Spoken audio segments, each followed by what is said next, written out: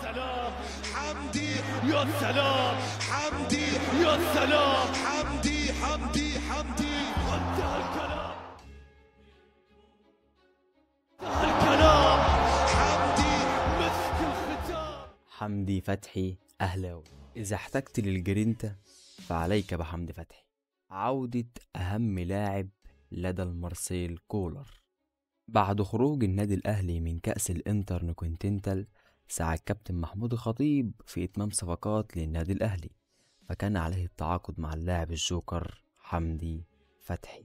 حمدي فتحي جاي بنظام الإعارة للمشاركة في كأس العالم للأندية 2025، البطولة التي ستشهد أكبر فرق العالم.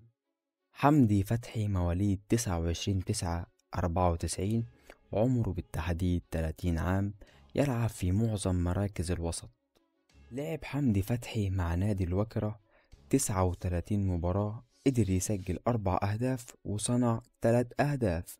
وشهد حمدي فتحي تراجع في المستوى بعد الخروج من القلعة الحمراء، حيث شارك مع النادي الأهلي 41 مباراة، قدر يسجل 6 أهداف وصنع 4 أهداف، وكان من أهم أسلحة المارشال كولر في موسم 2023 قبل الرحيل إلى نادي الوكرة.